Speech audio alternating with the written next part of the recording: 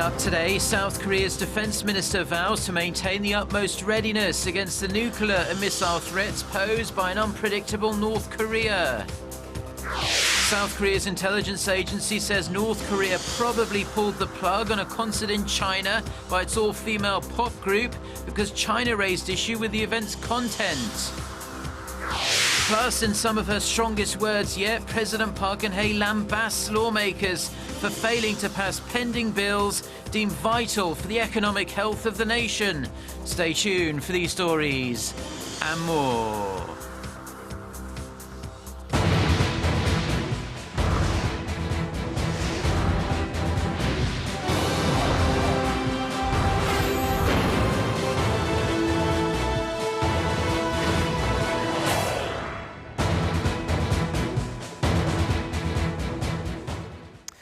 Hello, you're tuned in to our early morning newscast here on Arirang TV at 6 a.m. on Tuesday, December 15th in Seoul, South Korea. Thank you ever so much for joining us. I'm Mark Broom. Our top story this morning, South Korean military officials have been discussing the possibility of North Korea conducting a fourth nuclear test or a submarine ballistic missile launch in the near future. The talks on Monday also focused on Seoul's ability to respond to such provocations. Our Defense Ministry correspondent Kim Hyun-bin starts us off. During a meeting of military commanders on Monday to evaluate all aspects of South Korea's military, including its improvements, a security assessment for North Korea emphasized the continued nuclear and ballistic missile threats the regime poses. The Ministry of National Defense responded, saying South Korea's military will retain its readiness to counter those possible threats. The Ministry of National Defense and the Joint Chiefs of Staff will also maintain their joint readiness posture towards North Korea's nuclear testing and missile launches. South Korea will upgrade its anti-missile defense system under the South Korea-United States alliance. Speaking in front of 150 generals and heads of defense-related government organizations, Defense Minister Han Min-gu emphasized that North Korea's leader, Kim Jong-un, displays a constant reign of terror, and that the South's military needs to stand fast against the communist regime's unpredictable military provocations. The best way to counter enemy provocations is to abide by solid principles, which also restores public trust. Han also emphasized that South Korea's military's unchanging value is to win wars under any circumstances. The ministry also says Korea plans to increase its counter-terrorism abilities next year to better guard against security threats from Pyongyang. This includes establishing a cyber defense research center to counter North Korea's growing cyber threats. Kim Hyun-bin, Arirang News. Now, the first high-level inter-Korean talks held during the Park Geun-hye administration ended last weekend with no agreement nor any immediate plans to meet again. For more on how this could set back South-North ties, here's our Kwon So-ah.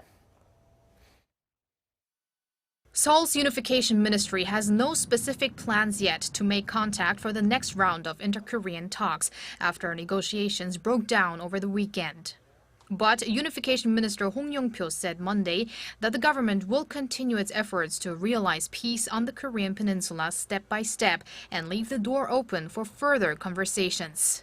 He added that it's difficult to solve all pending issues in one go. Nevertheless, concerns are rising that inter-Korean relations may take a downturn as expectations of a positive outcome or at least a date for the next meeting went unrealized. While some experts say the latest setback does not warrant pessimism, others believe it will at least take some time for the next encounter. Even if the North wants to reopen talks in the near future, the South Korea-US joint military exercises will take place at the end of February or beginning of March next year. North Korea is likely to raise the issue of halting those drills, along with pushing for the reopening of the Mount Kumgang tourist resort. That will complicate matters, so I think the prospects are bleak.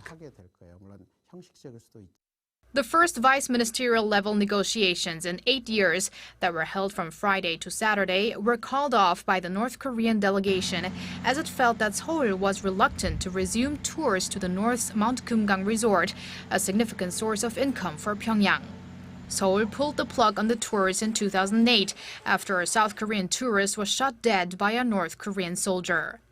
While South Korea focused mainly on regularizing reunions of families separated by the Korean War, Seoul made it clear that the two issues must be addressed independently. Kwon So-ah, Arirang News. South Korea's spy agency says it has reason to believe North Korea cancelled a recent concert of its girl group in China because Beijing was unhappy with the performance as it praises very heavily North Korean leader Kim Jong-un. The National Intelligence Service reports that China protested the Moranbong band's message during a rehearsal, saying it was offensive to the Chinese audience. The agency says the plug was pulled when North Korea refuted China's statement. The spy agency also says it believes Pyongyang's recent claim to have developed a hydrogen bomb contributed to the cancellation. Now, South Korea's National Assembly failed to pass a handful of urgent bills during regular sessions this year, and furious with their indecision, President Park Geun-hye on Monday accused lawmakers of taking part in politics for personal gain only. Now, Song Ji-sun tells us more. President Park Geun-hye on Monday criticized the parliament for not doing its job and for only caring about their own party's interests. After meeting with chief secretaries, President Park said lawmakers are only concerned about their own good, not the public, and questioned why the National Assembly existed. 세계적으로 테러 위협이 커지고 있는 상황에서 테러 방지법조차 통과시키지 못한 것에 대해서 국회의 존재 이유를 묻지 않을 수 없습니다. 국회가 경제 활성화 법안과 국민의 생명 안전과 직결된 법안들에는 관심을 기울이지 않고 국민들의 삶과 동떨어진 내부 문제에만 매몰되고 있는 것은 국민과 민생을 외면하고 있는 것이나 다름없습니다. Her remarks follow Ahn Cheol-soo's announcement on Sunday to withdraw from the opposition party, which led to dozens of lawmakers following suit and the likelihood of the launch of a separate party. Multiple bills on labor reforms as well as anti-terrorism failed to be passed this year, despite the president's repeated calls to expedite the process. Park reiterated the need to pass pending bills, stressing the importance of timing and warning that things could take even longer should this window of opportunity close. Song Ji-sun, Arirang News. Now, given the level of tension and mistrust at the moment, it shouldn't come as too much of a surprise to learn that a summit between the leaders of Russia and Turkey, originally scheduled for this Tuesday, has been called off. A Kremlin spokesman confirmed the cancellation on Monday, saying it would not take place.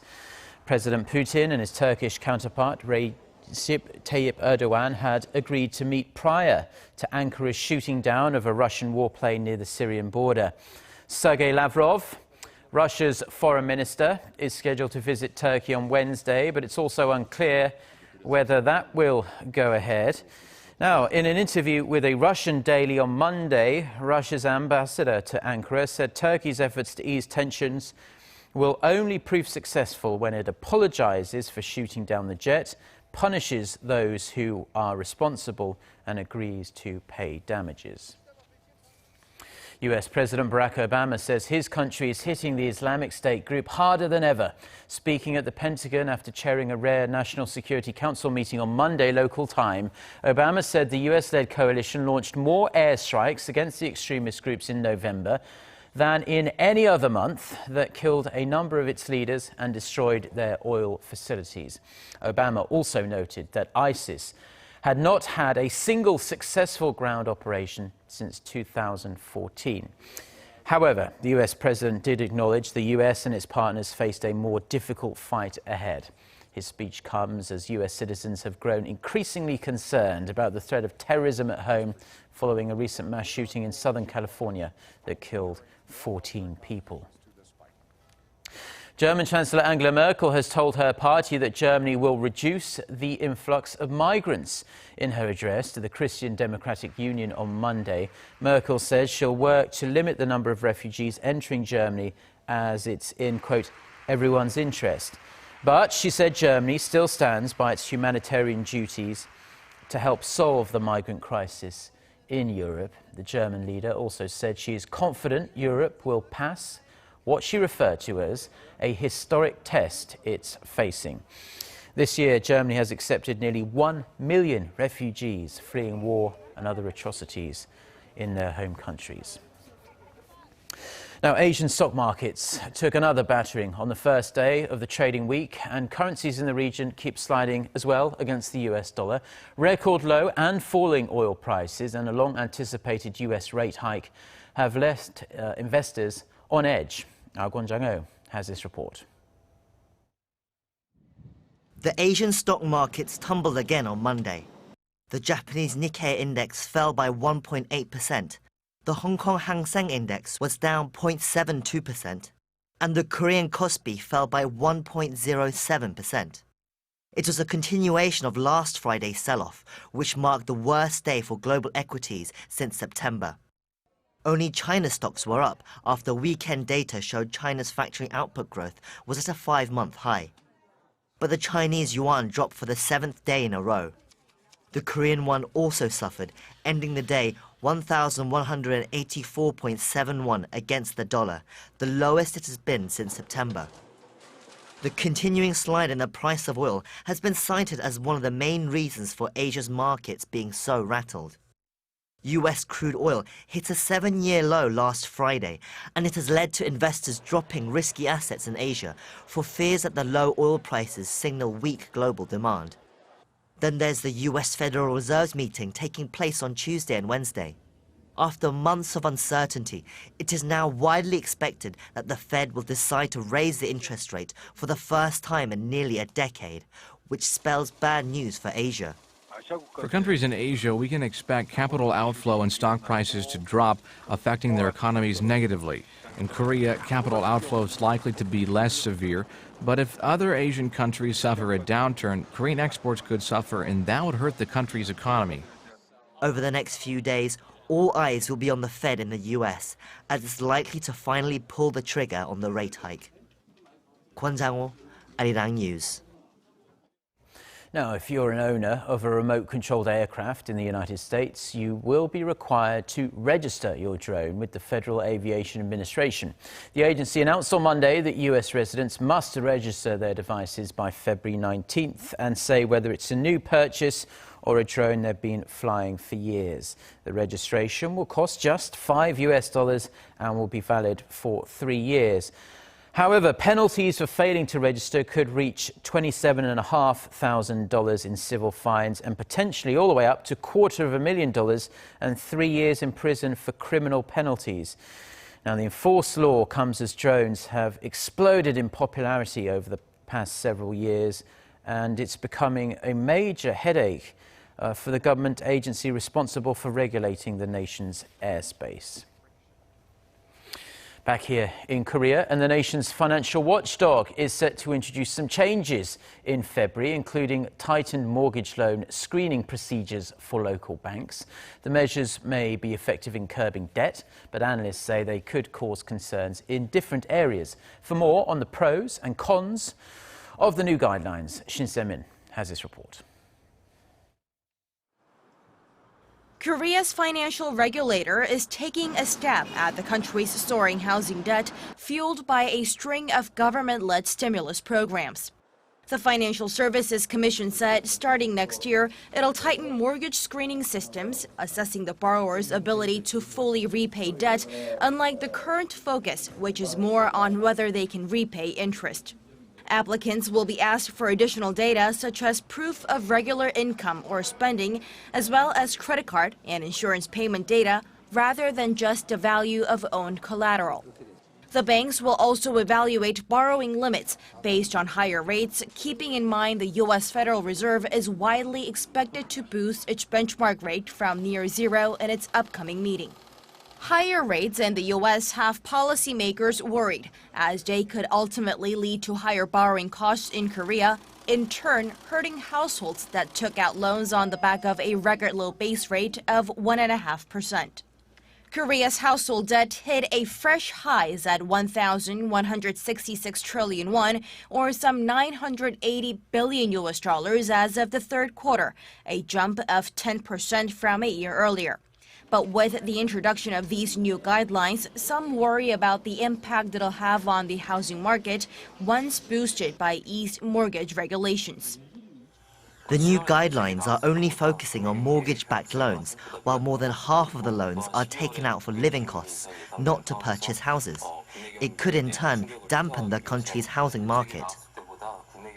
During the third quarter, home transactions spiked over 20% on year. The financial watchdog attributed the improved housing market to a rise in mortgage loans, with the amount of debt standing at nearly $544 billion in September. Shin Se-min, Arirang News.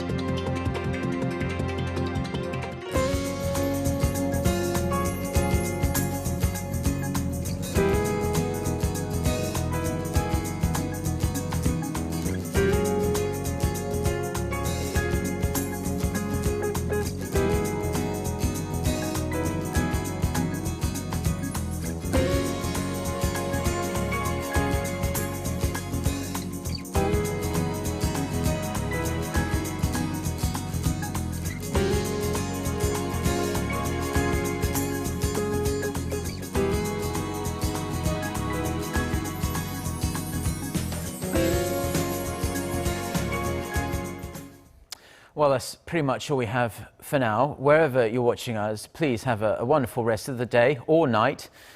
We have Business Daily coming up at 8 a.m. Korea time, and we'll be back with more news at noon Korea time, so in a little under 6 hours from now. Until then, goodbye.